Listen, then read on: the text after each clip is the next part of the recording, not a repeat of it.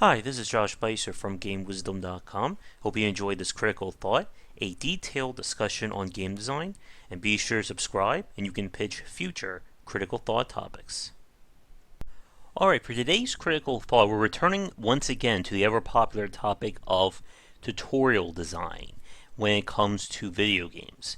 And we have talked about this in many different subtopics, from how to present a tutorial, the kinds of tutorials, and even the what, the how, and the why that goes into explaining game mechanics. But for today, we're going to, I guess, go a little bit more higher level and talk about something very simple. What are you supposed to teach the player when they're going to play your game? This sounds again like a very easy task, but the more complicated the title that we're talking about, the harder it becomes to design an effective tutorial. Now, normally this is a part when I said there's a very thin line between our topics, but this time there's a very wide one. On one end of the scale, we have massive tutorials with glossaries of information, in-game guides, multiple tutorials sometimes, like a beginner, intermediate, and advanced tutorial. And on the other hand, we have something like, hey, listen, hey, listen, hey, listen, and I'll stop there. But the point is how you present or decide what information to present to the player can be very tricky, and it's very easy to basically miss your mark. You either don't do enough and the player has no idea how to play your game, or you do too much and you're just basically overwhelming the player. I came up with this analogy on a post from a few years ago, but it's the idea that if you're trying to teach someone to drive a car for the first time, you don't start with how to move your seat back and forth or how to run the windshield wipers. That stuff is not immediately important. Now, at some point, you will have to know how to do that stuff, but that's not the first thing you do when you take someone who's never been in the driver's seat of a car and put them in front of the steering wheel. And understanding the order and what to explain, again, is very critical. And the order, that, my friends, is another topic in of itself. And today's critical thought is going to be expanded on with a post over on Game Wisdom, which, if things are timed accordingly, this should be going up around the same time. But let's go over our topics here, and there's four that I want to address. Excuse me. The first one, in terms of what you should be telling the player, is very simple. The basics. Again, the core gameplay loop of your title. What you're doing for the first 15 minutes. This is the bare bones. So, how to move, how to jump, how to adjust the camera, how to swing a sword, you name it. And this is the part that, for especially my fans watching this, we've all done these tutorials before. We've probably done them many, many times. But nevertheless, this is still an important part of designing a game and structuring your tutorial. Because every game is somebody's first, and if you want to grow your game's accessibility, grow your market and increase its accessibility, you need to have these tutorials. Because yes, you're going to have someone who has played every game in your series, or an expert action gamer, first-person shooter, whatever, and you'll also have people who have never played those games before and just wants to see what the fuss is all about. Now, when it comes to this category of elements, again, this is where the introduction of your game comes into play and what we talked about in an earlier critical thought. And like I said, when it comes to tutorial design, there is a lot to unpack, and we have topics for days at this point. But the next category are the unique elements of your game. These are the factors or systems that are unique to your title. The bullet points on your box, the marketing, the things you're going to market to people. More importantly, these are the elements that someone who has played the genre before will not have previous experience with. So, some examples would be the camouflage system in Metal Gear Solid 3. Let's say the active reload of Gears of War. And there's just, again, this is one of those topics that there are a lot of very clever elements here. But the point is, or here's a quick one, the lighting detection in Thief. The point is, these are elements and systems that are uniquely branded to your title, even though someone may have played other games in the genre. And like I said, because these are elements that no one would have prior knowledge to, it's very important to be able to explain these in a way that the player can understand, because they're not going to have a knowledge base on this. And here are a few other quick examples that I think seal the deal. The portal gun, the swapper, the items in the Talos principle, even the time-altering elements in Braid would be examples of this category. But the point, again, is this is the part of your tutorial that you're probably going to go into a little bit more detail with compared to the first part. Again, when we talk about basic elements, how to move your character, how to jump. Again, these are elements that are important, but you don't need to spend too long on. But it's very important for the player to grasp how portals work, or how to avoid being detected in a stealth game. And this is where things can get very tricky. Now, with that said, though, we're going to get even harder to explain with category number 3. And these are secondary systems. So this could be everything from persistent elements in a competitive game, metagame design, crafting systems, upgrade systems. Essentially, this category represents any element of your game that it's not the primary focus of your title, but you still need to understand it in order to play it. The item world in Dissecting would be a good example of this. Choosing or upgrading your character in Payday 2, choosing which perks to have, that kind of thing.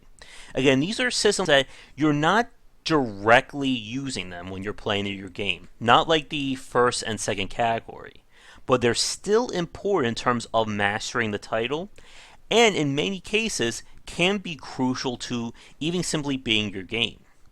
And this is very important if you're designing your game under the expectation that players are using the system.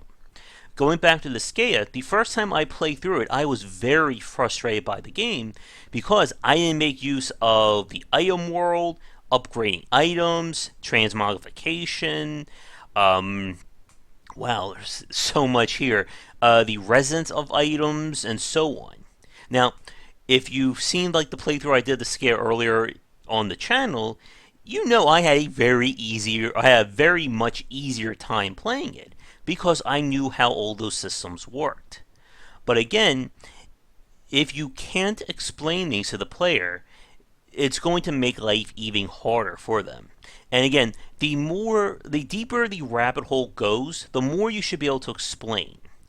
And again, this is incredibly powerful when we're talking about games that are going to rely on this for major decisions, such as leveling up your character in a Dark Souls title. Now, with that said, though, because these systems aren't directly related to playing your game, you don't need to spend as much time on them, but you still need to give the player a good gist of what it is all about. Some other quick examples would be stuff like the tech trees in Civilization, how culture works, building your base in XCOM. Again, there's a lot we can unpack here, and we're almost 9 minutes in, and I could easily spend 20-30 more minutes on this. Now, if the third category was hard to explain, this last one is going to be even trickier. This category I like to call the esoteric rules. These are elements or systems in your game that if someone didn't know about, they would never know that it would exist. And quite frankly, this is a hard nut to crack because I was trying to think of some really strong examples of this before, and I can't think of any. So for those of you watching this, if you can think of some good ones, let me know in the comments below. But this category represents hidden rules or systems that govern how the game is played, but aren't necessarily shown or taught to the player. So I'm trying to think of some really, again, this is a tough one to explain, but something like, let's say the ability to do, here's one, in Dead Cells. Without knowing it, your character can do a downward slam attack that does massive damage. And when the game was first revealed, I don't know if they've altered the tutorials since then, but in the very first version, there really wasn't any explanation that you were able to do this kind of ground stomp ability. And this is the category where if you don't do your job right, you can have players completely miss how your game works or how to play it, and then go, wait, that was an option in this the entire time? Roguelikes have a small example of this with the idea of having randomly generated potions. As we've seen in many roguelikes, let's say on your first playthrough, green potions heal you. And then the second time you play, maybe a green potion does fire damage. And then the third time you play, maybe this green potion lowers your max level. But the point is, these are systems that you have to explain to the player because there is no in-game explanation or any prior knowledge to let the player know about this. And this is very dangerous because, again, because this category is so hard to explain, it's very easy to miss it. And with the previous example of roguelikes as a good point, many roguelikes feature these hidden rules and systems that are designed to basically allow a player to start taking control of the randomization.